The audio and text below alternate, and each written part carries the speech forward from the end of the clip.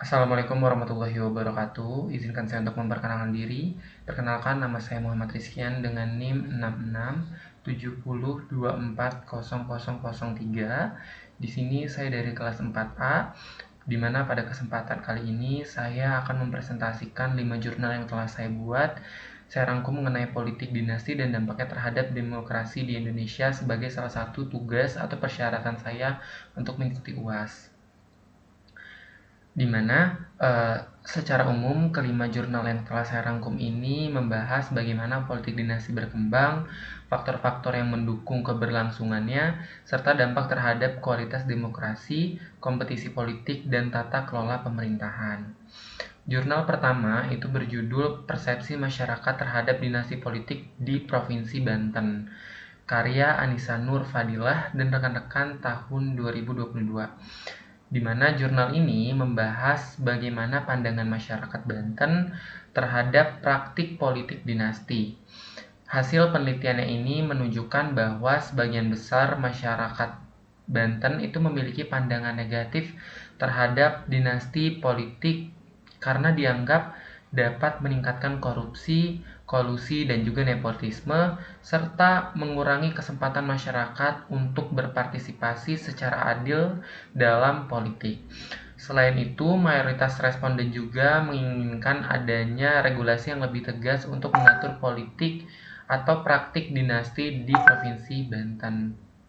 Lalu, jurnal kedua berjudul Masa Depan Pengaturan Politik Dinasti dalam Pemilihan Kepala Daerah di Indonesia, karya Bonaventura Pradana Suhendarto tahun 2024. Jurnal ini lebih berfokus pada hubungan antara politik dinasti dan pelaksanaan pilkada. Di sini, penulis ini menjelaskan bahwa calon yang berasal dari keluarga petahana biasanya memiliki keuntungan berupa modal politik, jaringan yang luas, serta akses yang telah besar terhadap partai politik. Namun, jurnal ini juga menjelaskan bahwa politik dinasti tidak dapat dilarang secara mutlak karena memang berkaitan dengan hak konstitusional warga atau hak konstitusional warga negara.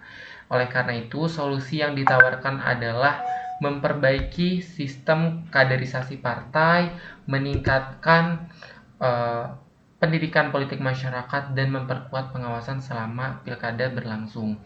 Selanjutnya, jurnal ketiga berjudul Political Dynasties and the Erosion of the Quality of Democracy in Indonesia, karya Darwis dan Rina Rizky Amalia tahun 2025, di mana jurnal ini membahas bagaimana politik dinasti dapat menurunkan kualitas demokrasi. Menurut penulis, politik dinasti menyebabkan kekuasaan terkonsentrasi pada kelompok elit tertentu sehingga masyarakat umum memiliki peluang yang lebih kecil untuk bersaing dalam kontestasi politik. Selain itu juga, politik dinasti juga dikaitkan dengan meningkatnya risiko korupsi, oligarki politik, serta melemahnya partisipasi masyarakat dalam proses demokrasi. Lalu jurnal keempat berjudul Gender Political Dynasties and Commit Assessment Evidence from Indonesia, di mana karya Ella Prihatini dan Lim Halimatusa Diah tahun 2022. Berbeda dengan jurnal sebelumnya, penelitian ini itu melihat politik dinasti dari perspektif gender. Hasil penelitian menunjukkan bahwa keberadaan keluarga politik ternyata memberikan peluang yang besar bagi perempuan untuk masuk ke dunia politik, bahkan ditemukan hampir dari setengah anggota DPR perempuan berasal dari keluarga politik. Namun, di sisi lain, kondisi tersebut juga menunjukkan bahwa akses politik masih banyak dipengaruhi oleh latar belakang keluarga sehingga dominasi elit politik tetap bertahan. Lalu jurnal kelima berjudul Politik Dinasti dalam Pemilihan Kepala Daerah, Tantangan Terhadap Demokrasi dan Urgensi Reformasi Hukum di Indonesia, karya Mukhlis dan rekan-rekan tahun 2024.